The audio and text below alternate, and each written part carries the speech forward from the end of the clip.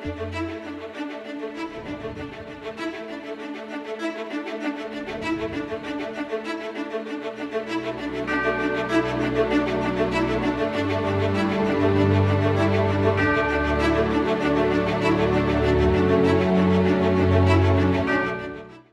name is Blessing Omakwu, and I am a Deputy Director at the Bill and Melinda Gates Foundation, where I lead an initiative called Goalkeepers. Goalkeepers is a catalyst for action towards the realization of the 17 Sustainable Development Goals, and it is composed of leaders who are committed to standing up for the issues they believe in and driving progress on the goals. I am honored to be able to join the Hispanic Leadership Summit virtually this year. Every year, Goalkeepers publishes a report that focuses on recognizing the progress we've made on the global goals and provides a clear view of what needs to be done. But this year, our report was a bit different. We focus on the impact of COVID on the SDGs. Some of the data in the report is discouraging. As of September, when our report was published, extreme poverty had gone up by 7% in just a few months because of COVID-19, ending a 20-year streak of progress. Globally, the pandemic pushed 37 million people below the extreme poverty line. In America, the economic effects of COVID-19 disproportionately impacted people of color. 23% of white Americans said they were not confident they could make rent in August, which is a frightening enough statistic. However, among Black and Latinx Americans, the number was double that. 46% didn't think they could pay for the roof over their head. Economic disempowerment is just one aspect of the multiple ripple effects of this pandemic. And this global crisis, which touches so many different people in so many different ways, requires diverse and nuanced perspectives and solutions. I've been learning about the good work We Are All Human does, and was particularly drawn to its Hispanic sentiment study, which found that 74% of US Hispanics feel they cannot be themselves at work. Now, I do not come from a Latinx background, but as a Nigerian American woman, I know what it is like to have a private and public self, to move between dualized worlds, to exist at the margins of multiple identities and to hold multitudes. But now, more than ever, the world needs humans who understand the complexities of identity and who can highlight those complexities in the spaces they occupy. More than ever, your voice, your lived experience, and your leadership is needed. I hope the summit inspires you, I hope it energizes you, and I hope it propels you and the organizations you represent. Thank you and welcome to this summit. Every month, the global economy is losing $500 billion due to the ripple effects of COVID-19. By the end of 2021, projections show a cumulative loss of $12 trillion or more. It hasn't been this bad since the end of World War II, a conflict that in part grew out of another infamous global economic crisis, the Great Depression. Almost a century later, the COVID-19 pandemic has created a cascading crisis with impacts far beyond the realm of public health. There's a term for this, mutually exacerbating catastrophes, and it's happening right now on a global scale. So how can the vicious cycle be stopped? Mutually exacerbating catastrophes. It's the idea that disasters end up creating and then cementing crisis after crisis. A pandemic feeds into a recession, feeds into income inequality, feeds into civil unrest, and on and on. A ripple in one sector in one country is felt globally, but it is not felt proportionally. Just as COVID-19 has been more lethal to patients with pre-existing conditions, the disease has been disproportionately devastating to lower income economies and people. And despite their best efforts to respond, limited resources means a more limited effect.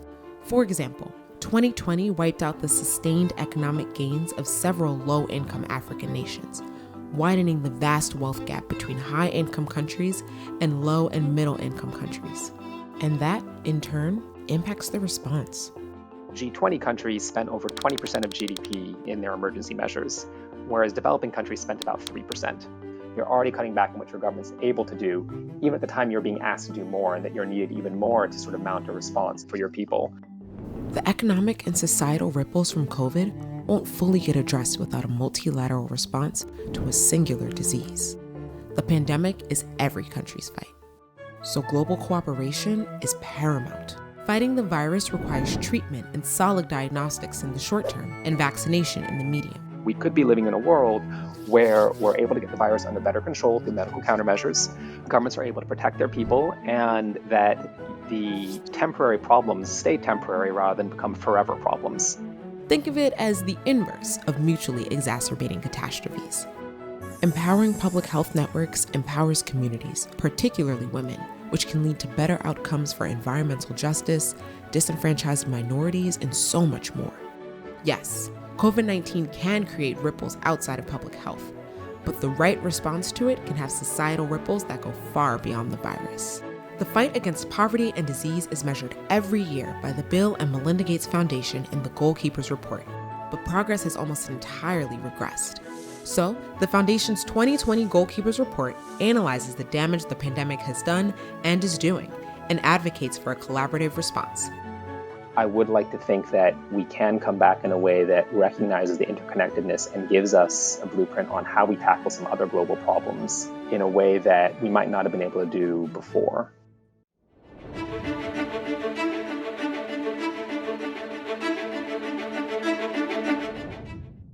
Months ago, when COVID began, we gathered in daily and weekly webinars experts to make sure that the Hispanic community was informed, was coordinated, and was up to date about the things that we could be doing to address this issue, knowing that we were disproportionately affected.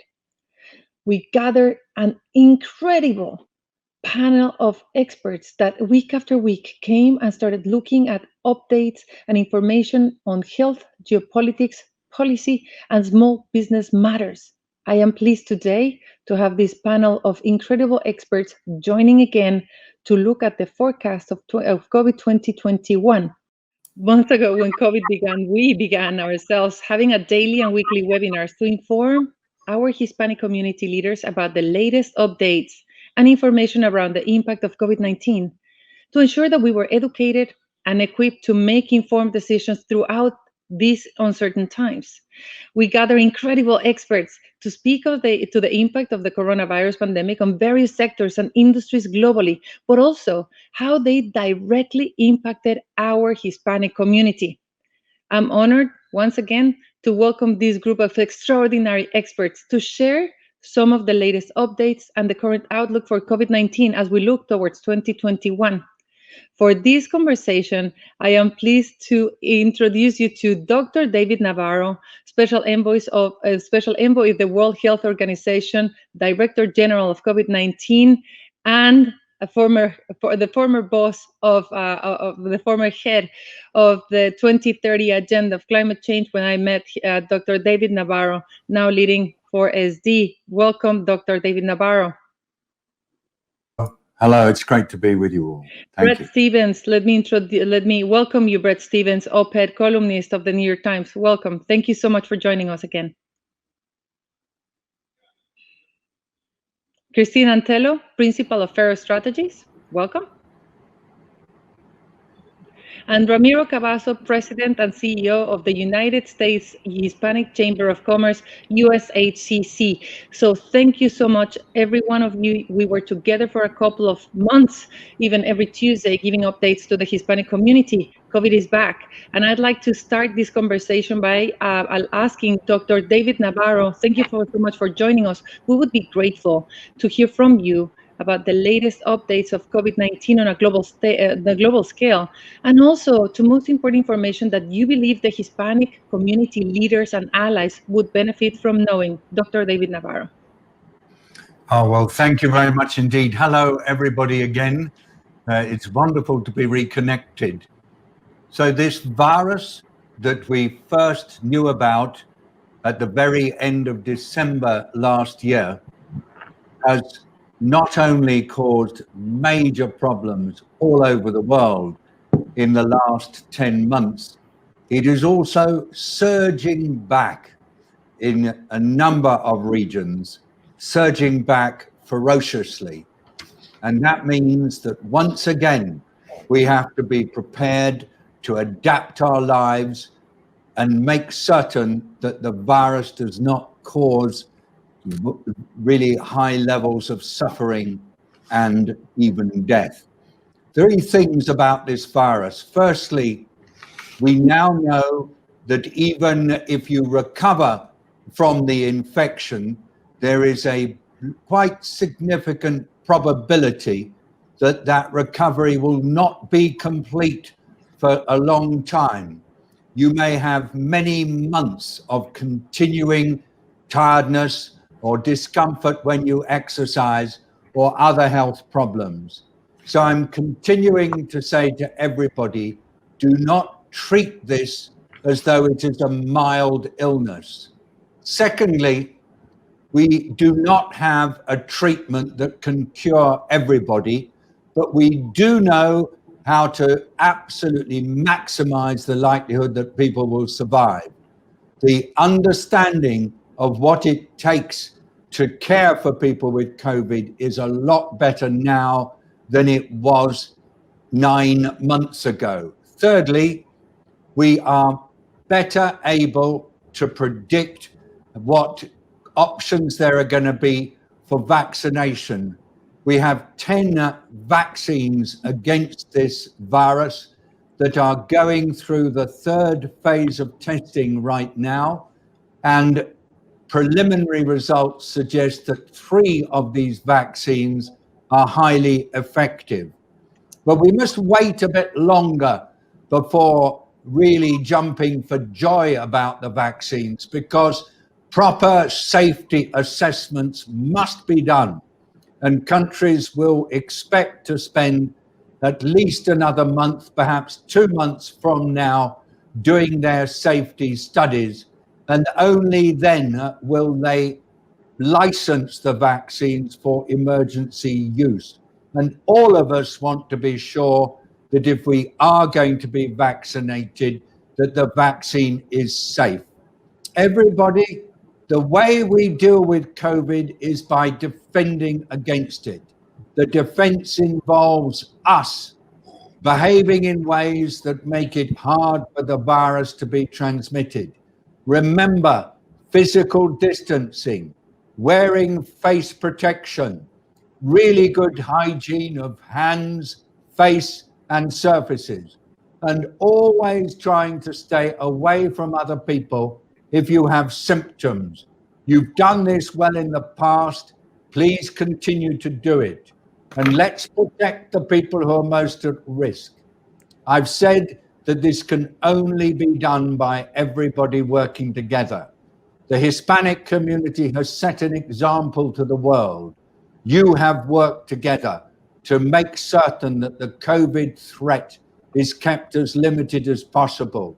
Please keep it up. Don't stop. Don't believe that this virus is suddenly disappearing. It's not. It's staying with us. And whatever different people in authority say, the one advice I'm going to give you is take this virus seriously. It's dangerous, and do everything you possibly can to avoid yourselves being infected and to avoid infecting others. Thank you. Thank you so very much. We will have a conversation just after every panelist does an introduction. But you're right. The Hispanic community has taken it seriously, and the way that we were disproportionately affected and impacted at the beginning of the pandemic is not what the rates are showing now. We're more careful, and that is a good news. Bret Stephens, thank you so very much for being with us. Do you mind just giving us a reaction on the current impact of COVID-19 on geopolitics, and how does it look like for the future? How is this going to affect us? Thank you, Claudia. It's a pleasure to be with you and other Hispanic leaders. Winston Churchill, at some point in his prime ministership, famously said, this is not the end. It is not the beginning of the end, but it might be the end of the beginning. And that was my reaction when learning just this week that the Moderna vaccine has a 94.5 success rate, and Pfizer vaccine seems to have something close to it. And as Dr. Nabarro pointed out, there are other vaccines in the pipeline. Obviously, it is for all of us the first time we feel we have seen a light at the end this seemingly interminable tunnel, but it remains just that, a light in the distance. And I think Dr. Nabarro's points about the importance, especially in the Northern Hemisphere as we enter a flu season and a colder season, of being extraordinarily cautious is a good one. My view of COVID is not strictly epidemiological. I think about it in terms of economic and political terms. The COVID pandemic has brought about the greatest economic shock that any of us have witnessed in our lifetime, dwarfing the Great Recession of 2008 and 9, dwarfing the oil crises, one might say, of the early 1970s. And I think those are shocks that are going to remain with us on a number of levels for a very long time. It is difficult to understate, and I'm looking forward to hearing Ramiro discuss this, but it is difficult to understate the extent to which the pandemic and the necessary lockdowns have been destructive to businesses, particularly small businesses, the ways in which they have managed to redistribute wealth in a manner that has exacerbated business and personal inequalities. It is striking to note that in the midst of what is a great crisis, economic crisis for millions of Americans, the stock market has continued to outperform historical expectations. And that is largely thanks to the success of a small handful of companies, digital companies, that have been able, by means of their size and by means of their advantages in the digital world, I'm thinking of companies like Amazon, to profit. I don't mean that invidiously, but profit from the pandemic, while small businesses have been decimated. And that is not simply a phenomenon in the United States. It is a global phenomenon.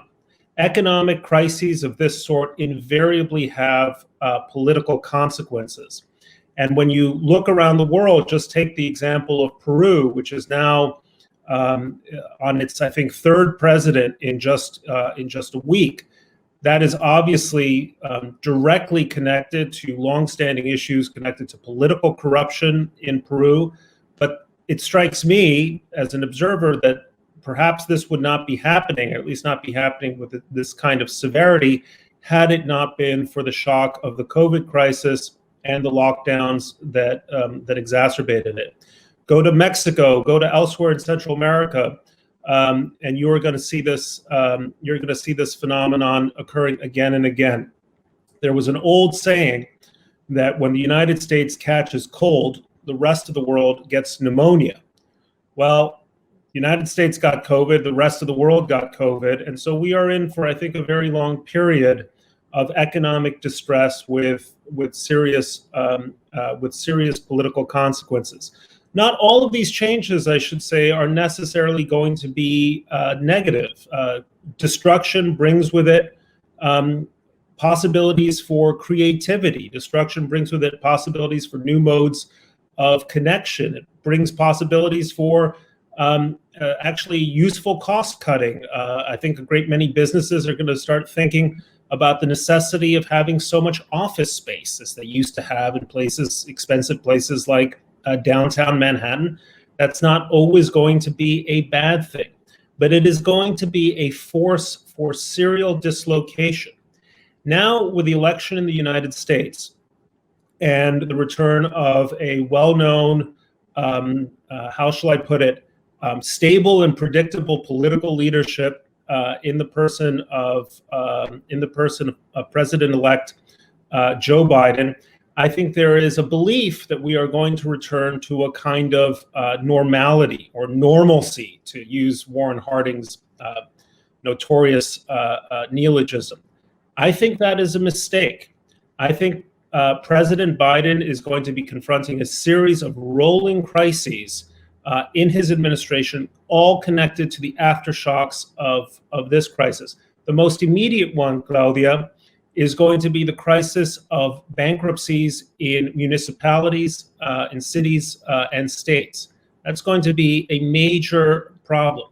A second one is going to be the increasing debt load throughout not just the United States, but the Western world, as governments have tried to keep economies afloat by using very easy liquidity, and that is going to have aftershocks as well. One only has to look at the effects, the long stagnation in Japan to give a sense of what that might be like, and there will be political consequences too. So I'll come back to what I said at the start of this conversation, Claudia. This is merely perhaps the end of the beginning, but the road ahead of all of us is going to be a long one. Look no further than the story of the 1920s, which emerged not just from the First World War, but also from the great influenza pandemic of 1918 to 1920. Those were years of accelerating turmoil. And I just hope that in this current crisis, we aren't going to experience the same trajectory again. Thank you. Thank you so much. I can't wait for the discussion of the panel after the remarks from you and understand actually, like what we're talking about, the implications of bankruptcy and everything that you just mentioned. Cristina Antelo, principal of Ferox Strategies, thank you again for being here. Can you share new policy updates from the government, including and from the U.S. government, and probably like the division right now, and how is this going to be affecting, and including how this changes new policies that will impact the Hispanic community as a whole and the new administration? Thank you, Claudia, for having me back. One of the obvious things I need to address, when we last spoke was back in the spring, March and April, maybe going into May, but obviously we've had an election now in U.S. politics, and that certainly changes the landscape and kind of relevels the policy discussion, in my opinion. Latinos, Hispanics made the consequential changes in several of these states. Were the voting bloc unpredictable in a lot of ways, in a lot of policy areas and states that people didn't anticipate. And I think that is going to play itself out over the next couple of years. Now that I think politicians really start to learn that we are not a monolith and have failed to engage us in the past. And then they are not surprised when Latinos don't vote and say, well, they're the sleeping giant. They don't turn out. And I think that this was the election where we proved that wrong. And I think we proved that we are paying attention when we're engaged. What I am most interested in the next Congress is Latinos continue to increase their representation in Congress and in policy, not the least of which is the United States Senate. We added another Latino senator, and I think that when Kamala Harris goes to the vice presidency in January, California will have the ability to nominate another senator, and I have a strong feeling, or at least an inclination, that might be a Latino member, since California's population is over 40% Latino, and they haven't had a Latino senator. And so, to that extent, I am very happy that our numbers will have greater consequence in the Congress as policy discussions go forward. Specific to COVID, I think when last we spoke, we were talking about, Corona 1, Corona 2, Corona 3, and we kind of saw this endless number of potential aid packages that might be down the pike. But all of that ran into a brick wall over the summer. We had anticipated that there would be a summer package, a giant package, perhaps. In the House, they were up to over $3 trillion. And then the Senate put forth a package at a paltry $500 billion, and kind of addressing some of those topics that were already mentioned. The state and local governments needing aid weren't going to be addressed in the Senate bill, and some other specifics that would have benefited a lot of the constituencies that Democrats were looking to take care of, specifically adding more money for testing and adding more money for schooling, and across the board. A lot of those programs also that we were so excited about in the spring that were going to bring relief to Hispanic small businesses and Latinos that were unemployed. A lot of the funding for those has run out. The rest of the funding for those will run out on December 31st. There was hope that perhaps the package might come together before the election. You saw kind of this increased negotiation with Nancy Pelosi and Secretary Mnuchin, all to no avail. And now in the lame duck, a lot of folks are thinking that there's not a potential for them to get to a deal now either. And I think some folks reading kind of what was mentioned again earlier in the stock market, like, well, if the stock market's doing fine, then certainly we don't need to invest too much money. No need to do a big package. And I think that's false. I think that, we saw 25,000 people come out for free food in Dallas over the weekend. And Congress needs to respond and needs to be able to add aid and help in ways across the country, not just, a couple of communities that are trying to bring it to themselves and trying to kind of reallocate their resources. So going into now the new Congress in 2021, the 117th Congress with a Democratic administration, I have higher hopes that there will be a COVID package. I don't know that in this case it will be the rescue packages that we were seeing in the spring and summer, but instead now kind of the rebuilding, the Build Back Better that you've heard Biden talk about. So I can anticipate that we might have some COVID aid maybe mixed together with an infrastructure package. And I think that will be amazing for us. And I hope Ramiro will also talk about that, and kind of if there are allocated dollars that are for infrastructure, and infrastructure broadly defined. So not just highways like a lot of us might think of, but what does that mean in terms of broadband? What does that mean in terms of a great number of things for the United States and water resources and things like that, all that impact our community, but also could mean jobs for our unemployed, as well as contracts for our small businesses. So my hopes are very high that this divided government in January will produce a big package like that. Thank you so much, Cristina. Ramiro Cavazos, President of the U.S. Chamber of Commerce. There's so much that we would like to hear from you.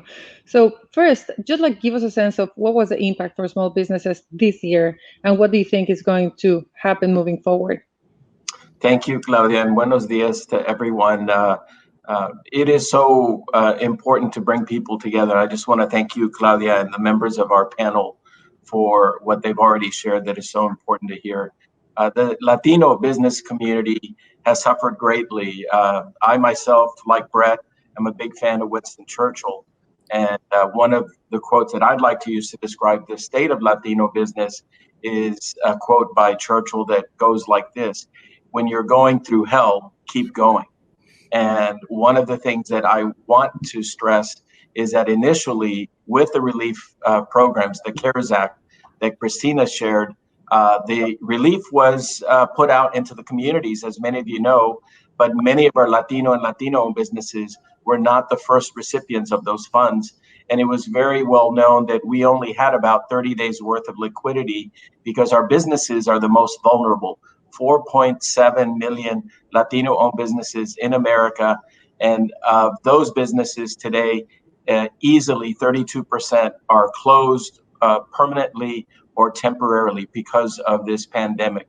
And this pandemic, this worldwide recession, was self-imposed, as you know. It was to attempt to prevent the transmission of this virus. But it's very clear, because of a lack of political leadership in this country, that we have not stemmed the tide, as Dr. Nabarro said. The surge continues. This month of November is the worst month we've ever seen in the United States, and that's in the midst of 2 or 3 shutdowns or attempted shutdowns. So we haven't seen the worst of this. I think the real heroes are the small business owners who have survived, the 2 out of the 3 businesses who have adapted and have reinvented themselves using the digital age to provide goods and services. Most of our businesses, Claudia, are in personal services or in the food industry or direct immediate construction, and of course, healthcare. The real superheroes of this dilemma that we're all experiencing are our healthcare providers. More than 1 million are Latinos and Latinas, and of course the scientists, the vaccine production leadership that we're seeing. Those are the real superheroes that will come from this 2020 as the champions of our future. And the small business owners who are going through their own hell or have lived it, who are continuing to keep that entrepreneurial spirit alive. Cristina referenced it. The leadership in Washington has lacked maturity in coming up with a new stimulus package. We are tracking very closely 1 or 2 bills that we also were hoping would get approved before the election, but it's very clear that we're not going to see any progress on Paycheck Protection Program or the $1.5 trillion of forgivable loans provided to our small business owners that are still struggling and are still dealing with this pandemic virus.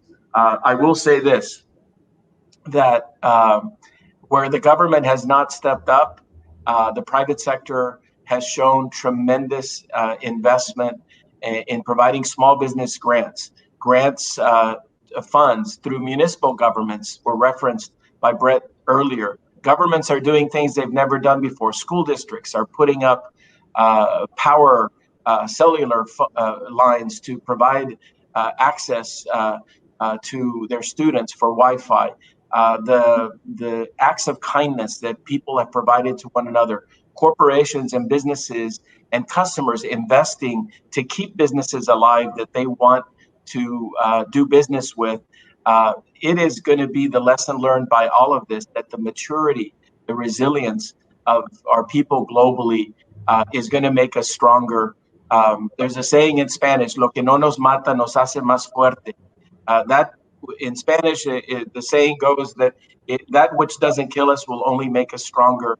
And we are so strong because this is a community, Latino community, 61 million strong in America, community that on its own before COVID was the 8th largest economy in the world. This community is white, it's Asian, it's Black, it's poor, it's rich, and it's of every faith and of course, gender.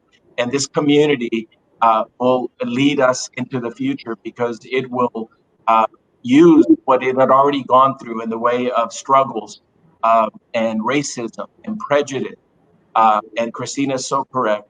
We are not a monolith. The elections prove that this community will do what it wants to do and believes in, regardless of the state, whether it's Georgia, Florida, Arizona, Texas, or of course, any other place that we dominate, not just today, but the future. So in conclusion, Claudia, it's an honor to be here with this distinguished panel. I am a glass half full person. I'm hopeful about the future that we will, under a new administration in January, see the recalibration of investment, not just in small businesses, in appointments that represent the community and from an ethnic standpoint, but also in infrastructure and a stimulus package that I'm excited to see, knowing that 8-10 years ago, the president-elect served in an administration that provided a reboot to an economy that needed it at that time. So on behalf of the United States Hispanic Chamber of Commerce, our chairwoman, Alice Rodriguez, and all of our members, our 260 Latino chambers around the country, we will continue to advocate for and fight for access to capital, contracts, and of course, the connections that we need in local and state and federal government to get the relief and the support that we all need for our nation's future. Muchísimas gracias.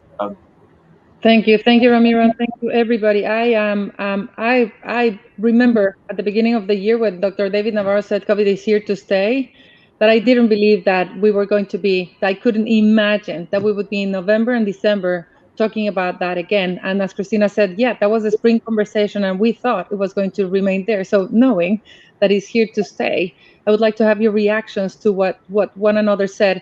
Pick up actually the big themes that, like for one another. Do you really think that vaccines are going to change the future? And if so, how are we going to get our Hispanic community that's so scared of immunization right now, 40% drop this year, to move forward? Is the new administration something?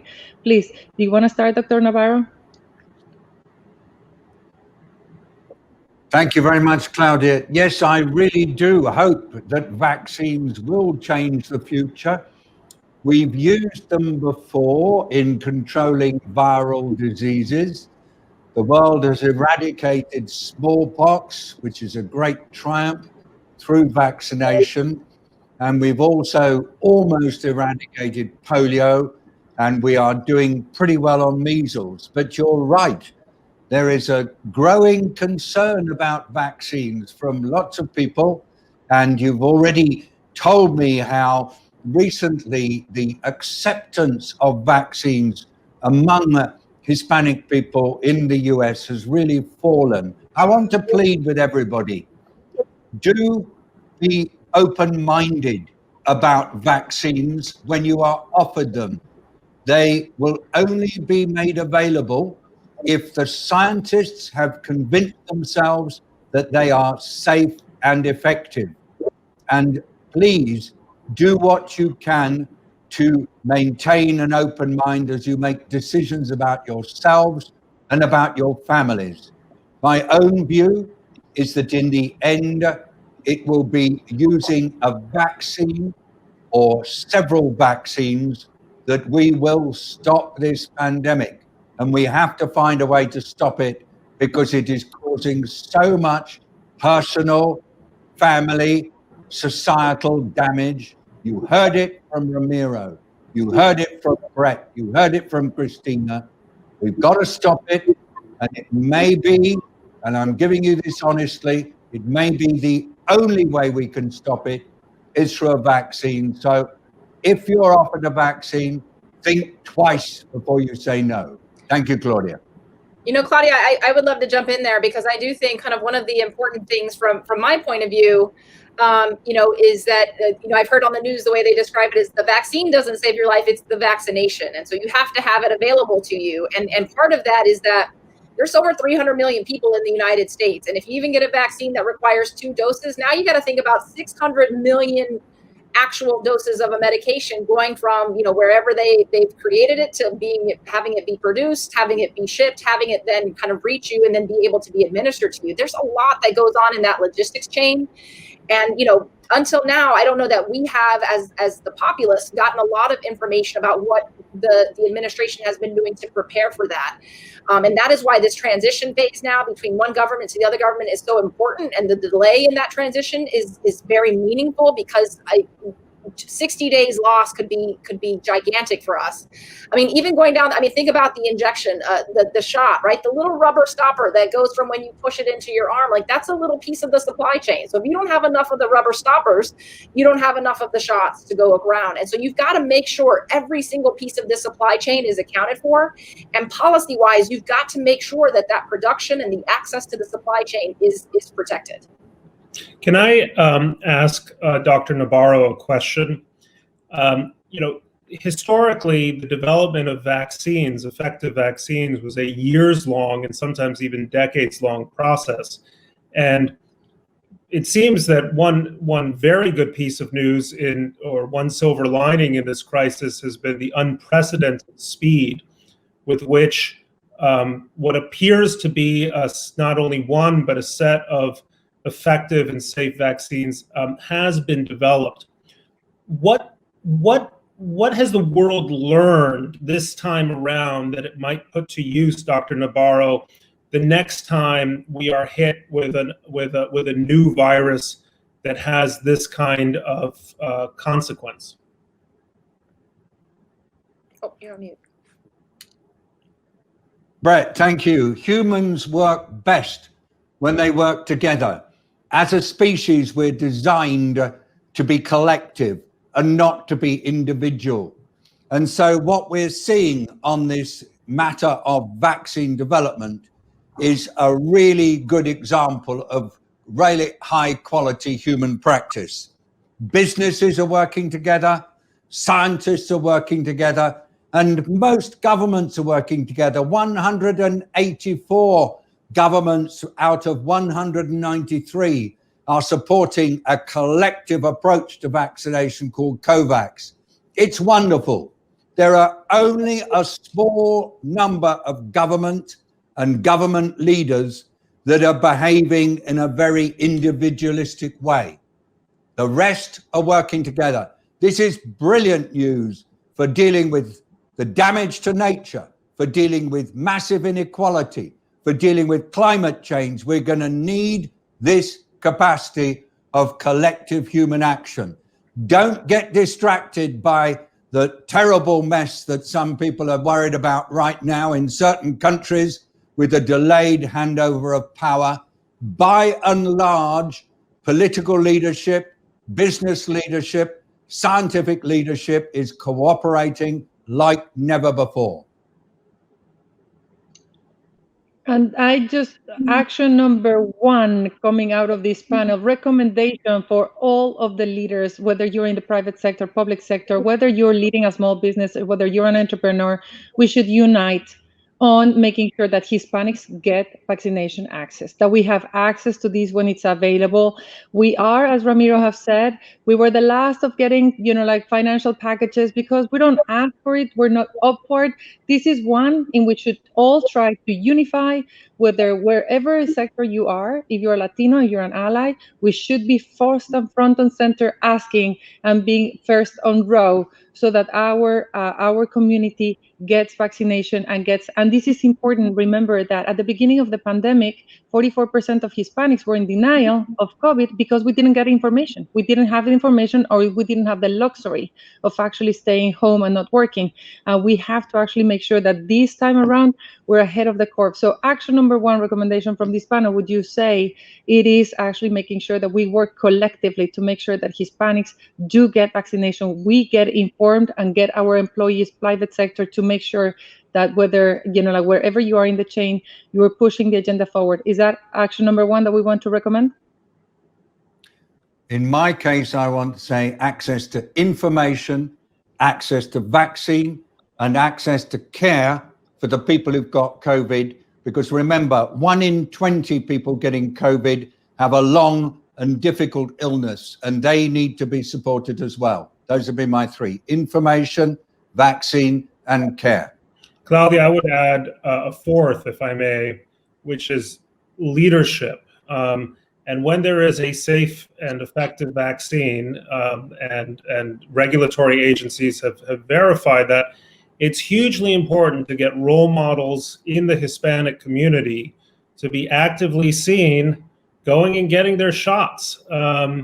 That PR campaign, that putting people, who you recognize and empathize and admire in front of TV screens, getting a needle stuck in their arm, I think that's going to be a huge piece of this in persuading people that it's the safe and the right thing to do.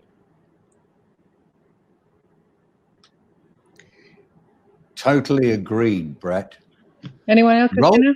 I think the only other thing is I would be sure that we also, Latinos always kind of have that inclination to take care of those around them, that we need to advocate for those around us, right? Latinos are more likely to suffer from a lot of the underlying conditions that make us more susceptible to the COVID illness.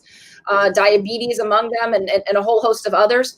Also, like our generations and what have you, we're more likely to be the ones who are taking care of our elders, our grandmothers, our aunts, our tias, whatever it is, and we need to make sure that we're advocating for them. So likely if there's only small amounts of vaccine available to the public at first, they're going to be for those that are in those categories of folks that are at higher risk. So we need to, even if it's not for us per se, it needs to be for our grandmas or whoever has the underlying condition.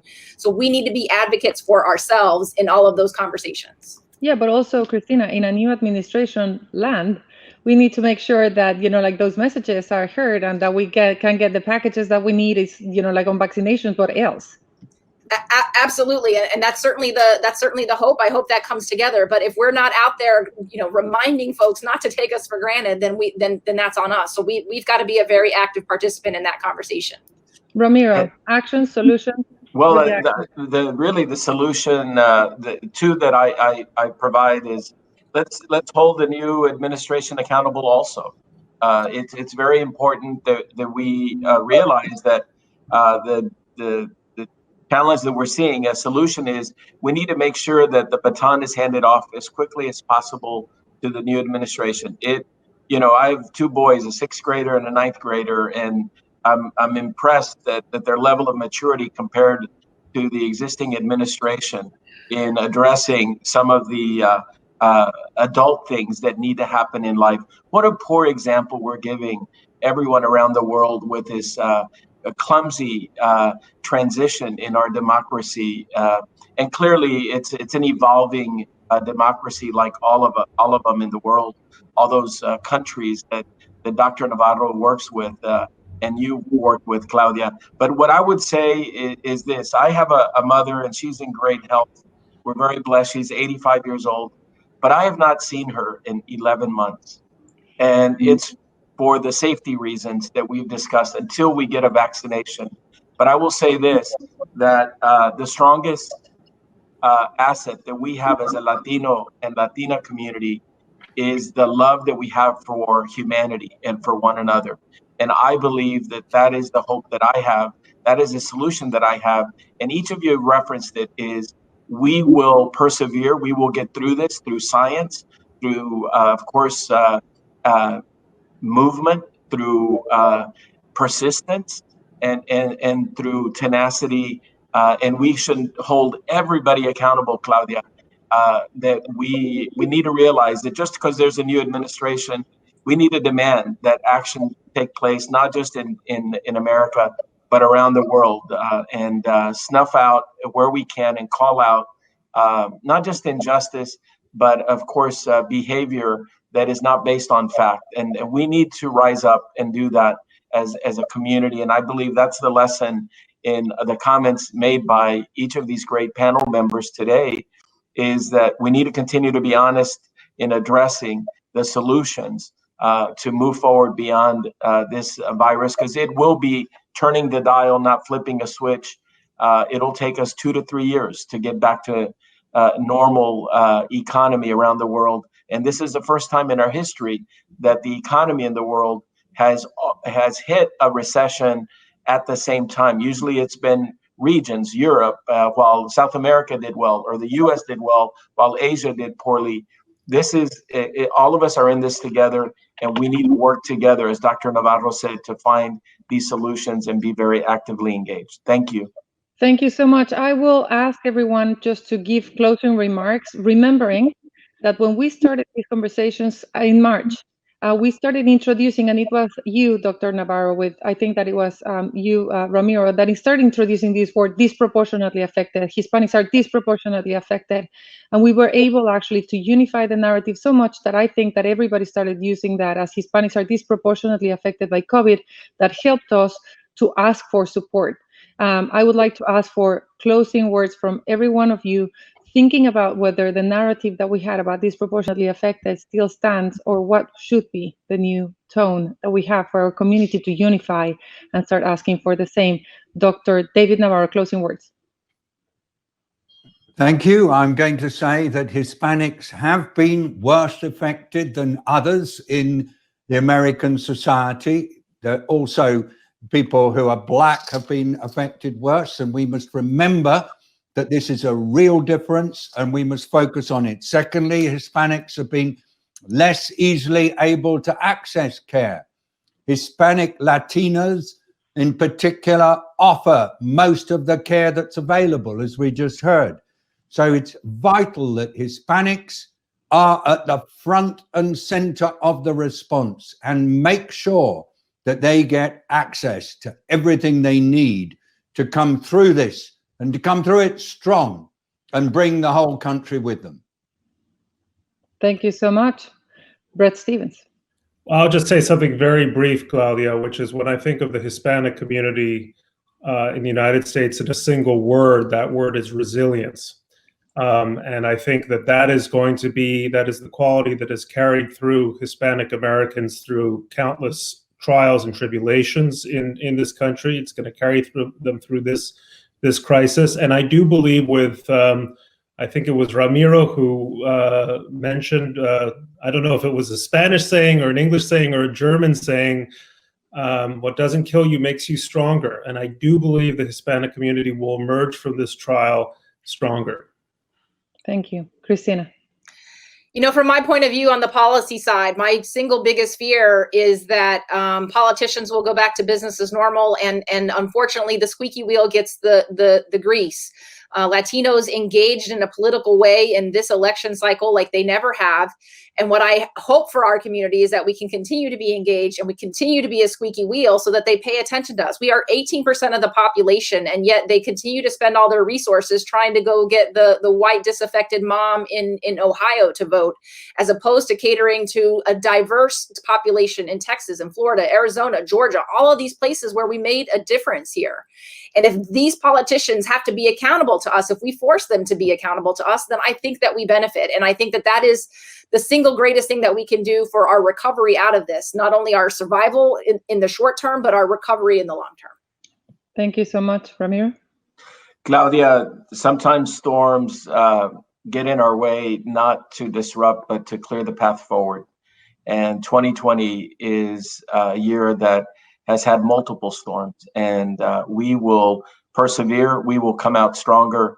There's no question that economic development, commerce, free enterprise, entrepreneurship is the lifeblood of improving our quality of life as a global community. And we are going to adapt and come out stronger in years ahead. And I think the innovation that this vaccination to kill this virus or to stem it is proof positive of the miraculous things that can happen, not just in science, but can happen across other industries to allow us to reinvent our future and to adapt and to succeed and be stronger. Thank you so much, distinguished panelists. Thank you so much. Actions and solutions, recommendations for Hispanic leadership done after this panel. I thank you so much for your participation. Thank you. Thank you. Thank you. Goodbye. Thank you. Adios. Gracias. Bye.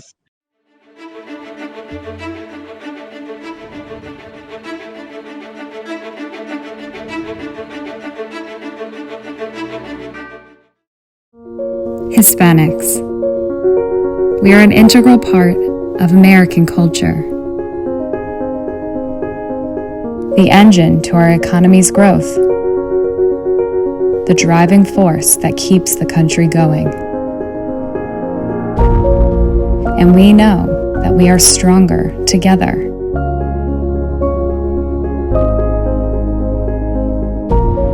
We know that our community will advance when we unite as one. When we get together. When we move from individual efforts to truly collective action. When we have a plan.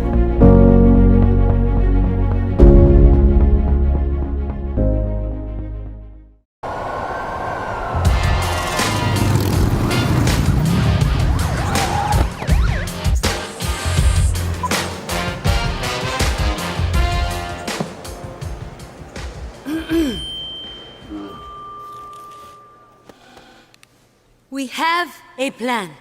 The global goals for people and planet. To end poverty. To fight inequalities. And to defeat climate change. And I am proud to announce the plan is agreed by everyone.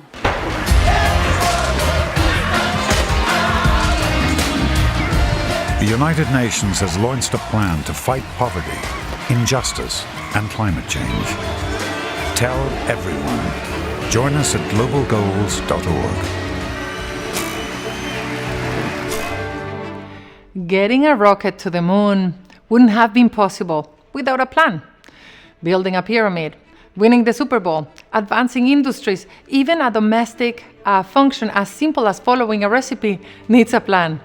We need a plan. Everybody needs a plan, and the Hispanic community doesn't have one. So today, we're going to be here to make sure that we create one plan. And we will learn from people that have successfully not only created a plan, but implemented it. Like Martin Shanahan, the CEO of the Industrial Development Authority of Ireland.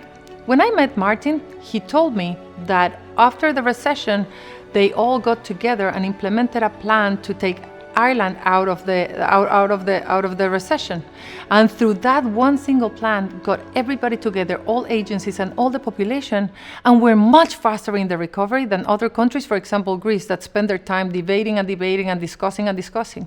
So let's hear from Martin so that we can be inspired and create our own Hispanic plan.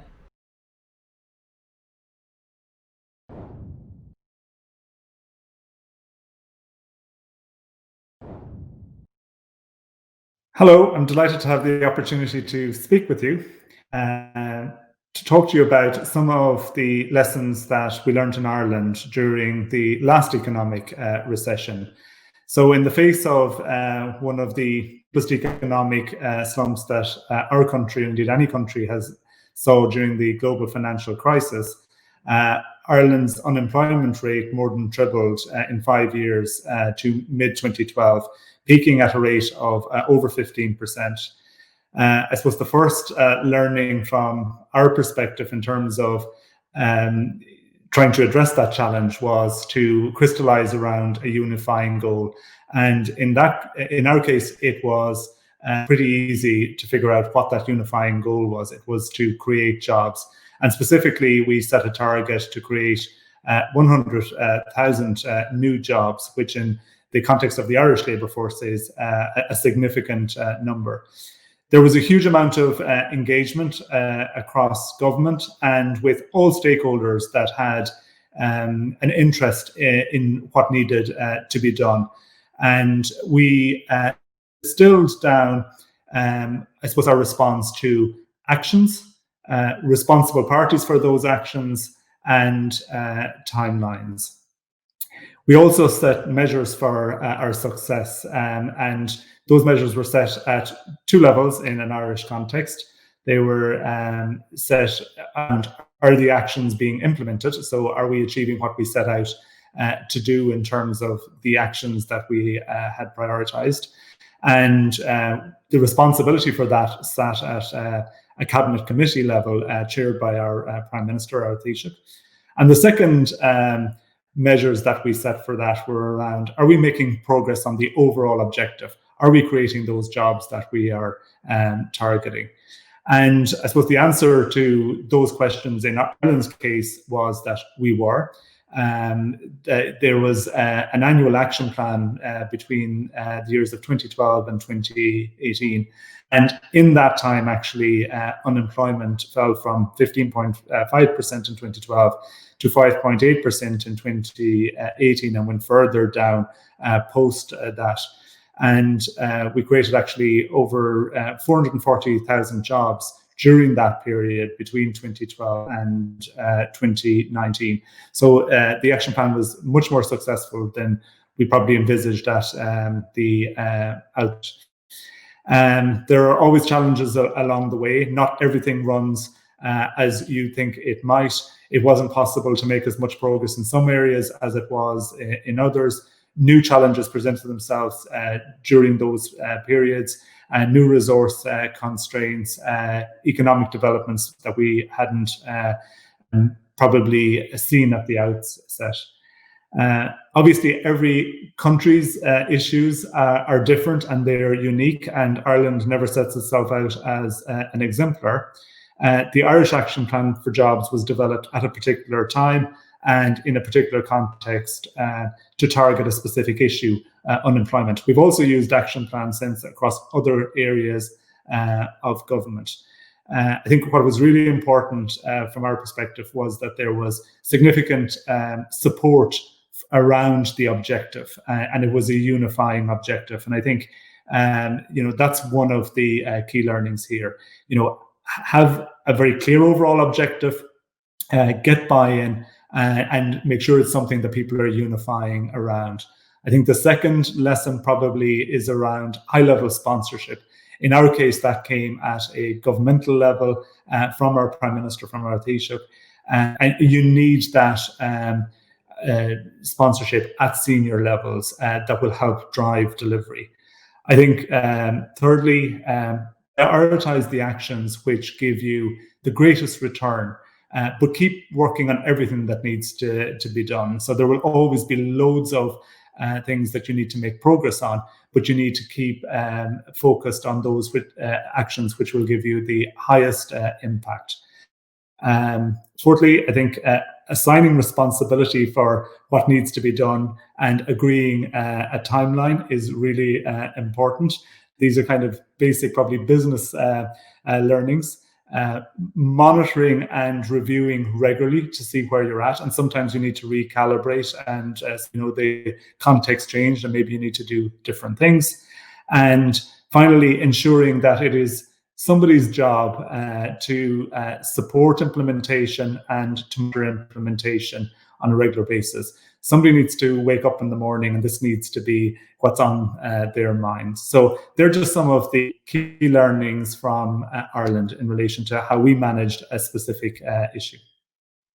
To the Hispanic community, be ambitious, focus on the horizon, and work together. You can achieve this. Thank you, Martin. It's so inspiring to see how an entire country can really go and achieve your goals and change and progress once you have a plan. We're going to spend a lot of the time this afternoon understanding what the global plan is. What are the goals under that? How do you measure that? And how can it be useful for our community? To help us understand a bit further, we're going to be projecting a film for you called Nations United that spells out what the global goals are and what the progress has been so far. Please do not forget to tune in back at 3 p.m. Have a great one.